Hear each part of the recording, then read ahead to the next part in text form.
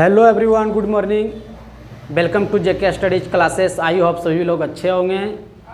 आज क्लास 7 की NCERT book से, गवर्नमेंट स्कूल के बुक से अध्याय 4 का प्रश्नावली 4.1 का 1 नंबर क्वेश्चन को हम सॉल्व करते हैं। आप लोग ध्यान से देखते रहिएगा। पहले आइए समझिए क्वेश्चन क्या बोल रहा है। बोल रहा है निम्नलिखित सारणी के अंतिम स्तंभ को पूरा कीजिए। ये एक सारणी दिया हुआ है, ठीक है। बोल रहा है इसका अंतिम स्तंभ को पूरा कीजिए।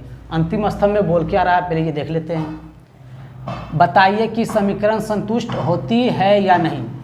अब हमको मालूम है न है तो समीकरण संतुष्ट होती है या नहीं, मतलब समीकरण सेटिस्फाई, मतलब इक्वेशन सेटिस्फाई है या नहीं। ये इक्वेशन दिया हुआ है x + 3 = 0, जिसका चर मान मतलब कि कांस्टेंट नंबर, x को बोलते हैं कांस्टेंट नंबर, चर मान 3 दिया हुआ है, मतलब कि x + 3 = 0 है। x का वैल्यू निकाला गया 3। बोल रहा है क्या समीकरण यह सही है, मतलब सही है या गलत है।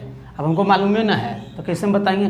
तो समीकरण को है ना, इक्वेशन को हम सोल्व करेंगे, उसके बाद हम बताएंगे कि ये संतुष्ट है या नहीं, ठीक है। इक्वेशन क्या दिया हुआ है x + 3, देखते हैं x + 3 = 0। ये मेरा इक्वेशन है, ठीक है। इसको सोल्व करते हैं। x बराबर, अगर ये यहाँ पे प्लस में तो उधर जाएगा तो माइनस में।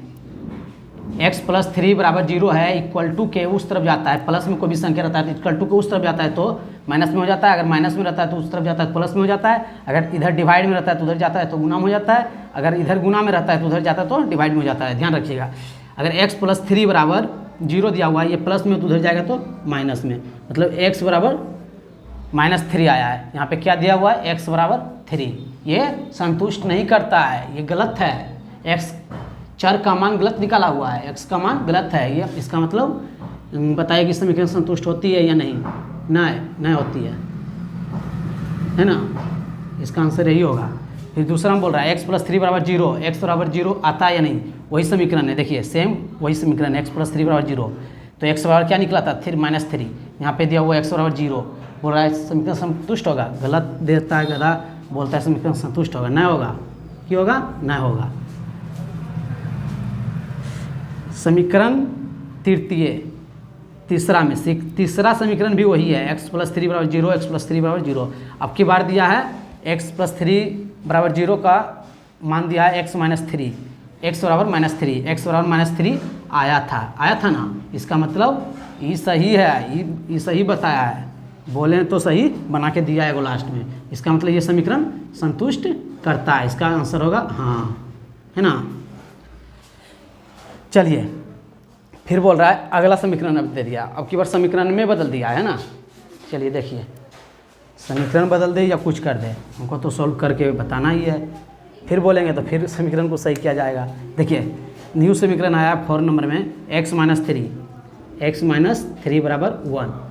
देखिए कोई भी संख्या अगर इक्वल टू के इस तरह माइनस में उधर जाएगा तो प्लस में। तो x = 1 + 7, मतलब x = 8। x और क्या आया 8।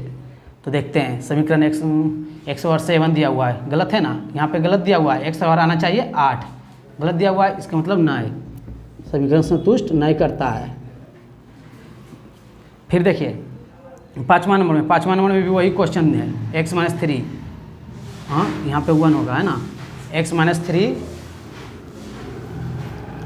= 1, है ना। तो इसका समीकरण का मान सोल्व किया हुआ है, x = 8 आता है। अब की बार है ना सही आंसर दे दिया है ना। इसका मतलब ये समीकरण सही दिया है ना।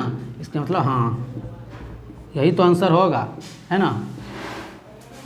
फिर एक नया समीकरण अब की बार दे दिया है, फिर समीकरण एक चेंज कर दिया है ना, न्यू समीकरण। देखते रहिएगा,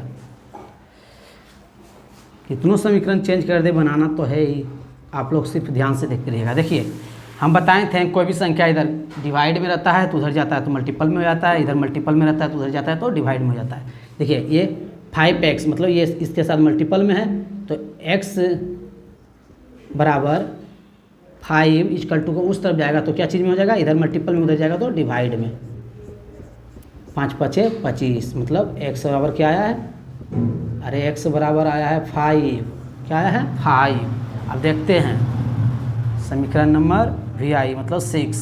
x बराबर क्या दिया 0, गलत दिया कि नहीं होगा, क्यों होगा नहीं, मतलब नहीं होगा।